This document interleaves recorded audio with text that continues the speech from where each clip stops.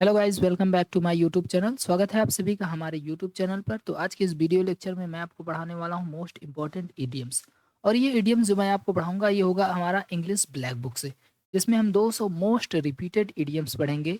और ये इसका सेट नंबर 13 होने वाला है, जिसमें हम 121 से लेकर के 130 तक के इडियम्स को कवर करेंगे। बाकी आपको इसका फ्री पीडीएफ लेना है तो आप हमारे इस टेलीग्राम चैनल से जुड़ जाइएगा, आपको इसका फ्री पीडीएफ मिल जाएगा। तो चलिए बिना टाइम वेस्ट किए वीडियो की शुरुआत करते हैं। पहला इडियम्स आपके सामने है, to jump on the bad wagon, यानी बहती गंगा में हाथ धोना। देखो, याद करना बहुत ही आसान है, क्योंकि इस वीडियो को बनाने का एकमात्र मकसद यही होता है कि आपको याद कैसे कराया जाए। टू जंप यानी जंप करना है, ऑन द बैंड वैगन पर। इसका मतलब हो जाएगा बहती गंगा में हाथ धोना, यानी कोई ट्रेंड चल रहा है, उसी ट्रेंड को आप भी फॉलो कर रहे हैं, तो इसको कहते हैं बहती गंगा में हाथ धोना। जैसे कोई आदमी मारा जा रहा है, आपका भी किसी को मारने का मन है तो वो मारा जा रहा है, आप भी जा करके हाथ साफ कर लिए, इसे कहते हैं बहती गंगा में हाथ धो लेना, है ना। इसको याद कैसे करेंगे? जैसे बैंड बजाया जा रहा था, तो जब बैंड बजाया जा रहा था तो आपको भी लगा कि सब बैंड बजा रहे हैं, हम भी जाके बैंड बजा ले। तो आप भी गए वहाँ पर, क्या बजाने लगे? जंप किए और जा करके बैंड बजाने लगे। ठीक है, ऐसे याद कर लेना है कि बैंड बजाया जा रहा था तो आप भी क्या किए? जंप किए, तुरंत जंप करके जा करके आप भी बैंड बजाना शुरू कर दिए, यानी जो काम सब कर रहे थे वही काम आपने भी शुरू कर दिया। तो इसे कहेंगे to jump on the bandwagon, यानी बहती गंगा में हाथ धोना। इंग्लिश मीनिंग आप देख सकते हैं तो ज़्यादा क्लियर हो जाएगा। टू फॉलो पॉपुलर ट्रेंड्स, यानी कोई ट्रेंड चल रहा है, उस ट्रेंड को आप भी फॉलो कर रहे हैं। Get involve in an activity because it is likely to succeed, मतलब एक ऐसी एक्टिविटी में इन्वॉल्व हो जाना जो सफल होती हुई दिखाई पड़ रही है। जैसे इंस्टाग्राम पर देखते होंगे, जो गाना ट्रेंड में आ जाता है तो लोग उसको अगर उस पर वीडियो बनाते हैं तो उनका भी व्यूज उज जाता है ना, तो इसे बोलते हैं to jump on the bandwagon, यानी बहती गंगा में हाथ धुलाना। जैसा सब लोग कर रहे हैं उसी के पीछे आप भी चले गए। नेक्स्ट इडियम है, to make both end meets, यानी किसी तरह से गुजर बसर करना। यानी हाँ, आपके हालात जो हैं बहुत ज़्यादा अच्छे नहीं हैं, नॉर्मली आप जीवन जीना चाहते हैं, तो इससे कहेंगे to make both end meets, यानी जो दो एंड आपके हैं, दो छोर हैं, उन दोनों छोर को आपको मिलाना है किसी तरीके से। तो जीवन के दो छोर हैं और इसी दो छोर को क्या करना है? हमें मीट करना है, यानी मिलाना है। ऐसे याद करेंगे ना, टू मेक बोथ एंड, यानी दोनों एंड। एंड मतलब क्या होता है? एंड मतलब किनारे, दोनों किनारों को हमें क्या करना है? मीट करवाना है। मीट मतलब मिलवाना है। तो किसी तरीके से हम इसको मिलाएंगे, यानी हमारी स्थिति बहुत अच्छी नहीं है, जो हमारे पास सामान्य सा पैसा है उसी में हम अपना काम चला रहे हैं, इससे बोला जाएगा to make both end meet, यानी किसी तरह से गुजर बसर करना। ओके, इंग्लिश मीनिंग देखेंगे आप, to live with one's income, यानी जो अपने पास इनकम है, जितनी हमारे पास इनकम है उसी इनकम पर हम जीवित रह रहे। अगला है live within means, okay, या manage expenses with just enough fund, मतलब जितना आपके पास पैसा है उसी में आप मैनेज कर रहे हैं, तो इसे कहेंगे किसी तरह से गुजर बसर करना ना। तो to make both end meet. Next idioms आपका है, टू पे थ्रू द नोच। ये बहुत इंपॉर्टेंट इडियम्स है, इसका मतलब होता है भारी कीमत देना, यानी हैवी कीमत चुकाना। देखो, याद कैसे करेंगे? मान लीजिए आप गए किसी होटल में और वहाँ पर आपने भोजन किया। भोजन करने के बाद अब बाद में पता चला कि भोजन का दाम तो बहुत ज़्यादा महँगा है। अब इतना ज़्यादा महँगा हो गया है कि अब आपको अपनी नाक रगड़नी पड़ेगी। टू पे मतलब उस भोजन के लिए जो पैसा चुकाना है, उस पैसे को चुकाने के लिए आपको अपनी क्या करनी पड़ेगी? नोच को रगड़ना पड़ेगा। टू पे थ्रू द नोच, यानी आपको नाक रगड़ के उसको पे करना पड़ेगा। इतनी मतलब वहाँ पर ज़्यादा कीमत है। तो ऐसे ही याद कर लेना ना, टू पे करना है, हमें कैसे पे करेंगे? नाक के थ्रू, थ्रू द नोज, यानी नाक रगड़ करके। अगर आप किसी चीज़ को नाक रगड़ करके पे कर रहे हैं, मतलब उसको अदा कर रहे हैं, तो इसका मतलब है कि वो चीज़ बहुत ही अपने आप में क्या है? बहुत ही कीमती है, बहुत ज़्यादा महँगी है, वेरी एक्सपेंसिव कह सकते हैं। तो अगर हम किसी चीज़ को खरीदे और उसके बदले में हमें नाक रगड़ना पड़ गया, इसका मतलब वो बहुत ज़्यादा महँगी थी ना। यहाँ पर देख सकते हैं, पे एंड एक्सट्रीमली हाई प्राइस, मतलब बहुत ज़्यादा हाई प्राइस पे करना। तो आप समझ गए होंगे, अगर हम नाक से किसी चीज़, नाक रगड़ करके किसी चीज़ के लिए अगर पैसा चुका रहे हैं तो इसका मतलब उसकी भारी कीमत है। नेक्स्ट इडियम है, टू टेक वंस हील, यानी दुम दबाकर भागना। बहुत ही सिंपल और बहुत ही प्यारा सा इडियम है। देखो, to take one's heel, heel मतलब क्या होता है? हील का मतलब आप देखते होंगे वो एक सैंडल आती है ना, ऐसे ऊंची सी रहती है, बड़ा। तो अगर आदमी कोई हील ले रहा है तो हील को क्यों लेगा? यदि मतलब उसको भागना उगना होगा तभी तो हील लेगा ना। अब ऐसा तो है नहीं कि फालतू में हील लेगा, चलना-वलना होगा। भई आदमी हील क्यों लेता है? आदमी हील लेता है ताकि उसको लेकर के अपना बढ़िया उसको पहन करके चले। वैसे महिलाएँ इसको यूज़ करती हैं ना। तो टू टेक वन्स हील यानी कोई हील ले रहा है। अगर कोई हील ले रहा है, हाई हील्स सुने होंगे ना? अगर कोई ऐसी चीज़ों को खरीद रहा है इसका मतलब वो उनको पहन कर के क्या करेगा? उसको पहन कर के भागेगा। या ऐसे याद कर लो कि अगर कोई व्यक्ति अपनी हील में जूता, चप्पल या कुछ भी पहन रहा है, तो उसको पहन कर के क्या करेगा? आदमी भागेगा। और नॉर्मली चलना होगा तो बिना हील के बिना किसी जूता, चप्पल के चल सकता है। तो अगर हम किसी चीज़ को अपने हील में लगाते हैं, अपनी एड़ी में पहनते हैं, तो इसका मतलब हम पहन करके उसको क्या करेंगे? ट्राई करेंगे, भागेंगे उससे। अंग्रेजी मीनिंग देख सकते हैं to run away. Run away का मतलब होता है भाग जाना। Run away in fear, run away in fear का मतलब डर के मारे भाग जाना। रन ऑफ का मतलब भी होता है चले जाना। तो आप समझ गए होंगे टू टेक वन सील का मतलब भाग जाना। नेक्स्ट इडियम्स, अगला इडियम्स है to take one's hat off. इसका मतलब होता है किसी की प्रशंसा करना। ओके, किसी को कंग्रेचुलेशन करना, प्रशंसा करना। बहुत ही सिंपल तरीके से मैं आपको याद कराने वाला हूँ। जैसे आप देखते होंगे मैजिशियन लोग अगर जब अपना जादू उदू दिखा लेते हैं, तो जादू दिखाने के बाद वो क्या करते हैं? अपने हाथ में अपनी स्टोपी को ऐसे निकाल लेते हैं और ऐसे पकड़ के ऐसे मतलब ऐसे दिखाते हैं ना कि उन्होंने कितना बढ़िया किया है। और हाथ को ऐसे क्या करते हैं? ऐसे पीछे हाथ रखते हैं। मूवी-वूवी में देखते होंगे कि जब कोई मैजिशियन है जादू-वूदू दिखाने के बाद क्या करता है? अपनी टोपी को सामने करता है, अपना हाथ पीछे करता है और ऐसे थोड़ा झुक जाता है। तो इसका मतलब जब कोई बढ़िया काम किया है तो हम लोग क्या करते हैं? उसके लिए तालियाँ बजाते हैं। तो कोई भी अगर हैट को निकालता है, टू टेक वन्स हैट यानी अपनी हैट को अगर वो निकाल रहा है, इसका मतलब वो कुछ बढ़िया अच्छा काम किया है और उसकी हम क्या करेंगे? प्रशंसा करने वाले हैं। ऐसे याद कर लेना है कि अगर कोई व्यक्ति टेक वन्स है मतलब अपनी हैट को ऑफ कर रहा है, मतलब उसको निकाल रहा है बाहर और ऐसे आपके सामने कर रहा है, इसका मतलब हम क्या करेंगे? उसकी प्रशंसा करेंगे, है ना? इंग्लिश मीनिंग देख सकते हैं, टू एडमायर समवन यानी किसी की प्रशंसा करना, कांग्रेचुलेशंस टू, किसी को कांग्रेचुलेशन करना, बधाई देना।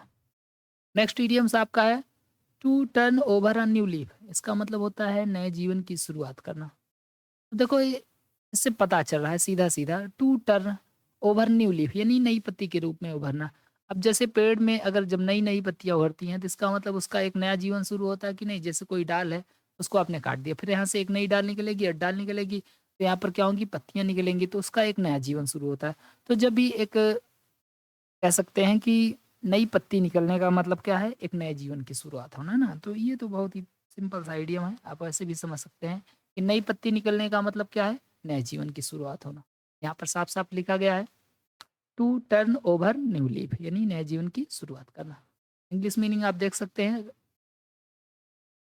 To change one's behaviour for better यानी अपने बिहेवियर को चेंज कर लेना बेटर के लिए। अब नई शुरुआत करने का मतलब है पहले उसका बिहेवियर जो जो था वो गड़बड़ था, लेकिन उसने अपना बिहेवियर चेंज कर लिया है, उसको थोड़ा बेटर बना दिया है। तो अपने बिहेवियर को चेंज कर लेना, एक नई शुरुआत करना। टू बिगिन अगेन यानी फिर से शुरुआत करना। नेक्स्ट इडियम आपका है अ बर्ड्स आई व्यू यानी ऊँचाई से विस्तृत दृश्य। तो इसको याद आप ऐसे कर सकते हैं कि कोई चिड़िया अगर उड़ रही है ऐसे आसमान में, हाँ? अब उड़ते हुए अगर वो देखेगी किसी चीज़ को, तो क्या वो भई उड़ेगी ऊपर, ऊपर हो जाएगी तो जो भी मतलब इस एरिया होगा उसको बड़ा एरिया दिखाई देने प अगर यहाँ पर होगी तो उसको इतनी दूर तक दिखाई पड़ेगा।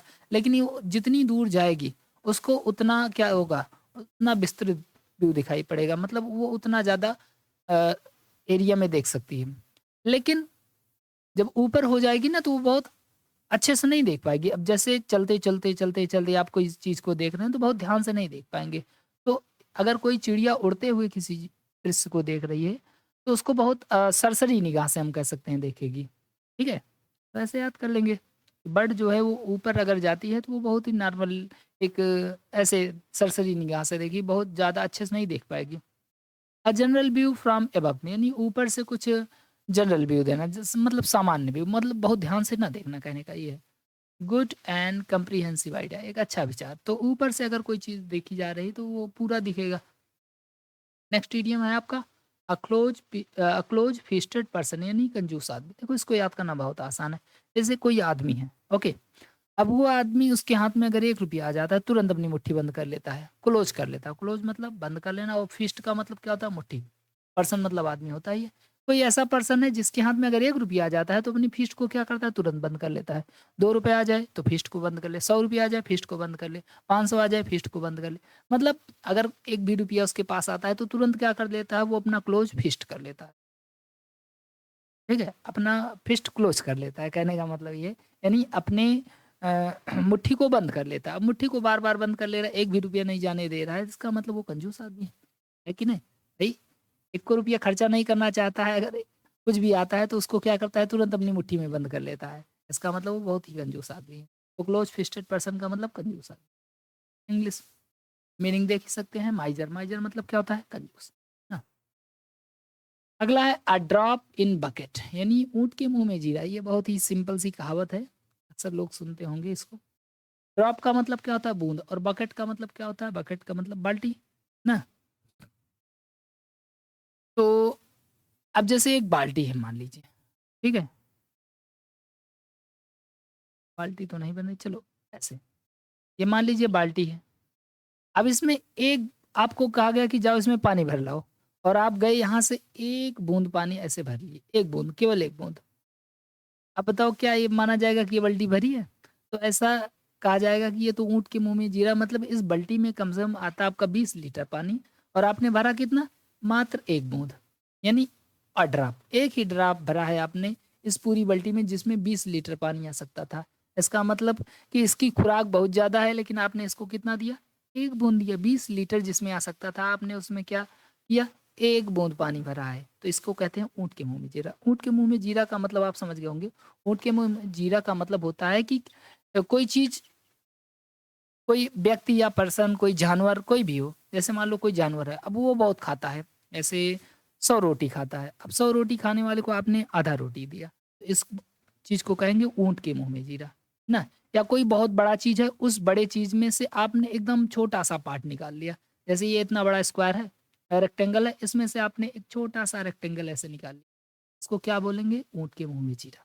यानी बहुत अधिक खुराक वाले को बहुत कम देना, जिसको ज़्यादा की ज़रूरत है उसको क्या करना? बहुत कम देना। इंग्लिश मीनिंग आप देखेंगे तो अच्छे समझ जाएँगे। A very small part of something big और होल मतलब कोई बहुत बड़ी चीज़ है उसमें से बहुत छोटा-सा हिस्सा। Something small and unimportant specially when compared with something else मतलब समथिंग स्मॉल कोई छोटी चीज़ एंड अनइम्पोर्टेंट यानी कम महत्वपूर्ण स्पेशली विशेष रूप से जब उसकी तुलना की जाए। अब भाई अब समुद्र में से 1 लोटा पानी निकाल लोगे और उसकी तुलना आप नदी से करोगे तो क्या वो इसकी तुलना इससे करने लायक है? बिल्कुल नहीं होगा। तो यही है, ऊँट के मुँह में जीरा का मतलब आप समझ गए होंगे यानी वो कम इम्पोर्टेंट होगा और जितनी ज़्यादा ज़रूरत है उससे बहुत कम होगा। नेक्स्ट इडियम्स और लास्ट इडियम्स है, वो बहुत ही इंपॉर्टेंट इडियम्स है। अ ग्रीन हॉर्न यानी अनुभवहीन व्यक्ति। अनुभवहीन व्यक्ति, अब देखो इसको याद ऐसे कर लो कि जैसे कोई आदमी है, ठीक है? अब वो कुछ सोच रहा होता है, जैसे मान लो पढ़ने बैठा। अब पढ़ने बैठा है तो जब भी वो पढ़ने बैठता है तो उसके यहाँ पर क्या निकल आता है? सिंग निकल आता है, ग्रीन वाला सिंग निकल आता है। और सिंग निकल आता है तो उसको अब कुछ समझ में ही नहीं आता है। तो वो बैठता है पढ़ने के लिए तो उसकी क्या निकल आता है? सिंग निकल आता है और ग्रीन हॉर्न यानी सिंग निकल गया तो अब उसका दिमाग क्या करेगा? काम नहीं करेगा। वो एकदम इनएक्सपीरियंस हो जाएगा किसी काम को करने में। अब आपके ही सिर पे अगर सिंग जम जाए तो आप किसी काम को क्या अच्छे से कर पाएँगे? ऐसे-ऐसे करेंगे तो वो सही नहीं हो पाएगा ना। तो किसी के अगर सिर पर ग्रीन हॉर्न आ जाए तो इसका मतलब वो किसी काम को अच्छे से नहीं कर सकता, वो इनएक्सपीरियंस हो जाएगा यानी अनुभवहीन हो जाएगा। इंग्लिश मीनिंग आप देख सकते हैं एन इनएक्सपीरियंस्ड मैन। इसके लिए एक और भी बताए थे ना, wait behind ear, wait behind ear इसका मतलब भी क्या होता है? इसका मतलब भी होता है अनुभवहीन व्यक्ति। तो आप इसको भी समझ सकते हैं, हालाँकि इसको लास्ट वीडियो में मैंने पढ़ा दिया हुआ है और इसका मैंने कंप्लीट प्लेलिस्ट बना दिया है। अगर आप इस प्लेलिस्ट को देखना चाहते हैं तो चैनल पर जाइए और प्लेलिस्ट में चेक कीजिए, पूरा का पूरा वीडियो आपको पढ़ाया गया है। बाकी पीडीएफ लेना है तो हमारे इस टेलीग्राम चैनल से जुड़ ही जाइएगा। तो थैंक यू सो मच। जय हिंद, जय भारत।